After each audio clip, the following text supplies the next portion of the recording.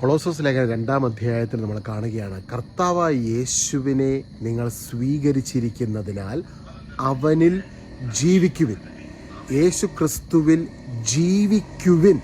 ചിലപ്പോൾ ഇന്ന് നിങ്ങൾ ജീവിക്കുന്ന സ്ഥലത്ത് നിങ്ങൾക്ക് ചില അസ്വസ്ഥതകളും വിഷമങ്ങളും, ചിലപ്പോൾ ആൾക്കാരിങ്ങനെ പറയാറുണ്ട് അവരൊരു പുതിയ വീട് വെച്ചതിന് ശേഷം അവർക്ക് കുറേ അസ്വസ്ഥതകളുണ്ടാകുന്നു.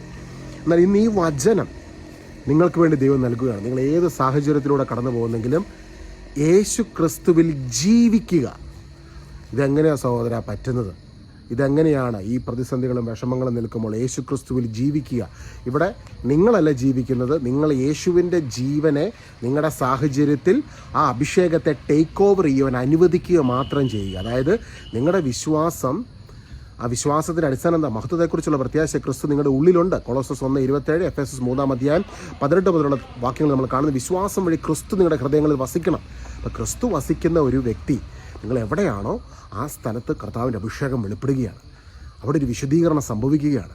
അവിടെയുള്ള വാഴ്ചകളെ എല്ലാം കർത്താവിൻ്റെ കുരിശിലെ പൂർത്തീകരിച്ച പ്രവൃത്തിയുടെ ശക്തിയിലൂടെ ദൈവം നിരായുധമാക്കുകയാണ്. കൊളോസസ് 2:14-15. കാരണം നിങ്ങളുടെ ഉള്ളിൽ സകല ദേശങ്ങളുടെയും സകല അധിപന്മാരുടെ അധിപൻ, വചനത്തിൽ പറയുന്ന അവൻ അധിപന്മാരുടെ അധിപനാണ്, lord of lords and the king of Kings.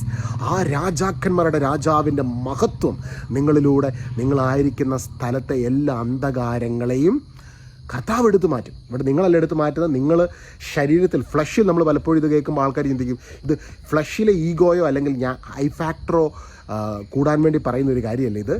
ഇത് ഈശോയുടെ മഹത്വം അത് വർദ്ധിക്കണമെങ്കിൽ നമുക്ക് ആ ക്രിസ്തുവിൻ്റെ ആ മഹത്വം നമ്മുടെ കുടുംബത്തിൽ, നമ്മുടെ സ്ഥലങ്ങളിൽ വെളിപ്പെടണമെങ്കിൽ ക്രിസ്തുവിൻ്റെ മനോഭാവം, എളിമയെന്ന മനോഭാവത്തിൽ കർത്താവിൻ്റെ പരസ്പര വിധേയപ്പെട്ട സ്നേഹത്തിൽ ഒരുമിച്ച് കുടുംബത്തിൽ ഐക്യത്തിൽ പരിശുദ്ധാത്മാവിൻ്റെ അഭിഷേകം വ്യാപരിക്കുമ്പോൾ ക്രിസ്തുവിൻ്റെ മഹത്വം നിങ്ങളുടെ വീടിനെ, ദേശത്തെ, രാജ്യത്തെ ടേക്ക് ഓവർ ചെയ്യും. അതുകൊണ്ടാണ് പിശാച് പലപ്പോഴും ഭിന്നതയുടെ കലഹങ്ങൾ ആ കളയിട്ട് വിഭാഗീയതകൾ സൃഷ്ടിച്ച് ഈ അഭിഷേകത്തെ സ്റ്റോപ്പ് ചെയ്യാനാണ് പിശാച് ശ്രമിക്കുന്നത്. കാരണം ഓൾറെഡി അവൻ പരാജയപ്പെട്ടു. ഹല്ലേലൂയ. കുരിശിലെ പൂർത്തീകരിച്ച പ്രവൃത്തിയിലൂടെ യേശു അവനെ നിരായുധമാക്കി പരാജയപ്പെടുത്തി. ഇന്ന് സഭയ്ക്ക് ഈ ഭൂമിയിൽ കർത്താവിൻ്റെ മഹത്വത്തെ വെളിപ്പെടുത്തുന്നതിന് വേണ്ടി ഒരു നിശ്ചിത കാലത്തേക്ക് മാത്രമാണ് പിശാചിൻ്റെ ഈ ചില പ്രവൃത്തികളൊക്കെ ഭൂമിയിൽ ദൈവം അനുവദിച്ചത്. അതും അവൻ പരാജയപ്പെട്ടവനാണ്. സഭയുടെ അധികാരത്തിന് യേശുവിൻ്റെ ശരീരമാണ് സഭ. നമ്മളെല്ലാവരും ആ സഭയുടെ ഭാഗമാണ്, കർത്താവിൻ്റെ ശരീരത്തിൻ്റെ ഭാഗമാണ്. 1 കൊരിന്ത്യർ 12:27 ഇത് തിരിച്ചറിയണം. വലിയ അധികാരവും അഭിഷേകം നിങ്ങൾക്കുണ്ട്. ഈ അഭിഷേകത്തിൽ നിങ്ങൾ നിറഞ്ഞ് യൂണിറ്റിയിൽ ഒരുമിച്ച് മുമ്പോട്ട് പോകണം. കുടുംബത്തിൽ ഒരുമിച്ച്, സഭയിൽ ഒരുമിച്ച്, ആത്മാവിൻ്റെ അഭിഷേകത്തിൽ ഒരുമിച്ച് നിൽക്കുമ്പോൾ റോമാലേഖനത്തിൽ പൗലോസിനെ പഠിപ്പിക്കണം, സമാധാനത്തിൻ്റെ ദൈവം ഉടൻ തന്നെ സാത്താനെ നിങ്ങളുടെ കാൽ കീഴിൽ, സഭയുടെ യേശുക്രിസ്തുവിൻ്റെ ശരീരത്തിൻ്റെ കാൽ കീഴിലാക്കി തകർത്ത് കളയും. അതാണ് വെളിപാട് പുസ്തകത്തിൽ നമ്മൾ കാണുന്നത്. അവനെ ലേക്ക് ഓഫ് ഫയറിലേക്ക് അയക്കുകയാണ്. ഇന്ന് അവന് ചെയ്യാൻ പറ്റുന്ന ഒരേ ഒരു കാര്യം ഭിന്നത ഉണ്ടാക്കുക, വീടിനകത്ത്, നാട്ടിൽ, ഇടവകയിൽ, സ്ഥലങ്ങളിൽ. പക്ഷെ നമ്മളോട് ദൈവം ആവശ്യപ്പെടുക ക്രിസ്തുവിനുള്ള മനോഭാവം നിങ്ങൾക്കുണ്ടായിരിക്കണം. എളിമപ്പെടുക, സ്നേഹിക്കുക. അഭിഷേകം വെളിപ്പെടുമ്പോൾ അന്ധകാര പ്രവൃത്തികളെ, അന്ധകാര ശക്തികളെ അവൻ തുടച്ചു നീക്കം ചെയ്യുന്നു. ടെറ്റലസ്റ്റായി പറഞ്ഞ് യേശു ക്രൂശിൽ സകലതും പൂർത്തീകരിച്ചു.